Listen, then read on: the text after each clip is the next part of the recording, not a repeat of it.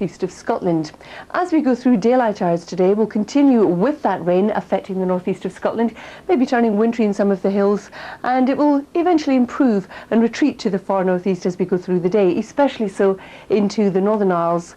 In the south too, we'll have the rain first thing, heading steadily southeastwards. We could catch some showery rain in East Anglia, for example, before it eventually moves away this afternoon.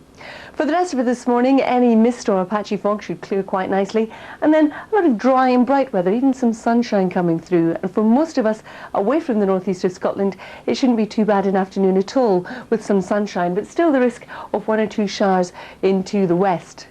Temperatures today ranging from 7 to about 13 degrees Celsius, and if you're in an area with the light winds and of course some sunshine, that won't feel too bad at all for the time of year.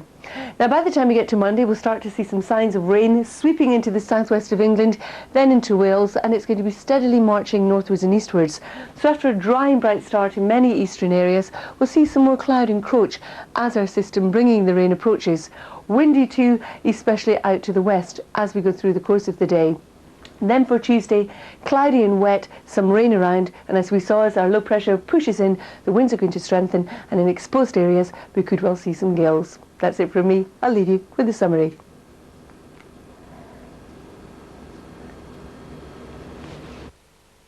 "24 hours a day." Labour backbenchers have staged their biggest revolt since Tony Blair came to power. As it breaks. The British pensioner Derek Bond broke down in tears as he told of his enormous relief at being released. Whenever it breaks. A Muslim preacher has been convicted of stirring up racial hatred. BBC News 24.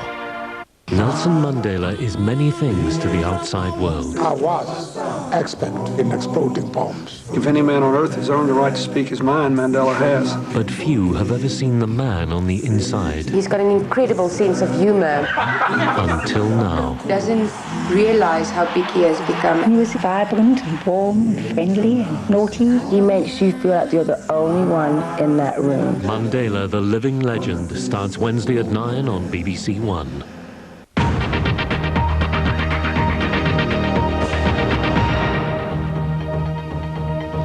And this is BBC News 24. Welcome, I'm Alistair Yates. In a moment, Europe Direct. But first now, it's 2:30, and here's a summary. The United States has welcomed the arrest in Pakistan of a man they describe as one of al-Qaeda's most important leaders, Khalid Sheikh Mohammed. A White House spokesman, Ari Fleischer, described him as the mastermind of the suicide plane attacks on New York and Washington in September 2001.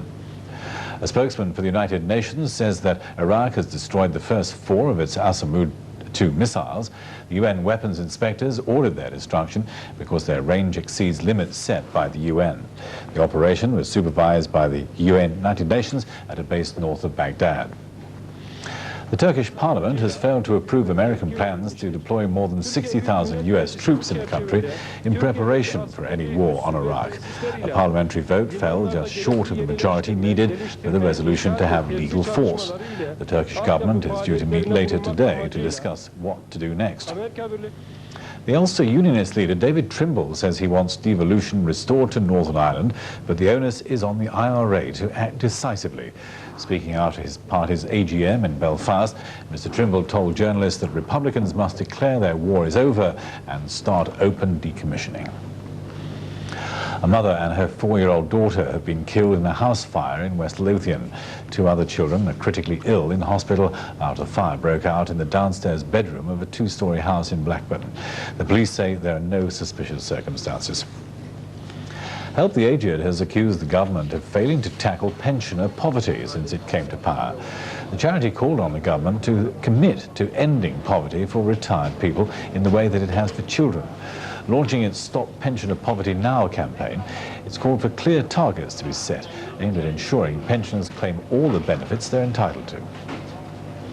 Only half of Britain's savers know what an ISA is, according to research out today. Individual savings accounts were introduced by the government 4 years ago to encourage people to save. But the number of ISAs being brought is down by 1/3 on this time last year. And that's the summary of our news. I'll be back at 3 with a bulletin of national and international news. But first on BBC News 24, Europe Direct.